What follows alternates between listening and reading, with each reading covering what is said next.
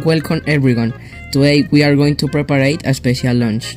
Roast beef recipe in sauce with salad and arracacha coins. Ingredients: first, arracacha. 2. Lettuce. 3. Meats. 4. Potatoes. 5. Mango. And 6. Cream. Cook the arracacha. Peel it and wash it with salt water. Then cut it into coins and put to fry in the air fryer.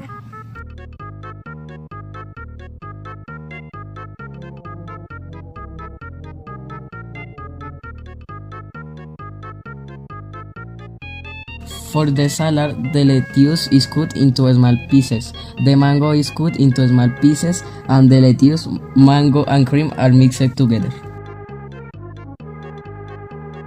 For the potatoes, they are washed well and cooked in water with salt for 15 minutes. Then they are frying in a pan with hot oil. A piece of meat is taken, marinated, and fried until fully cooked. Later, our lunch is served.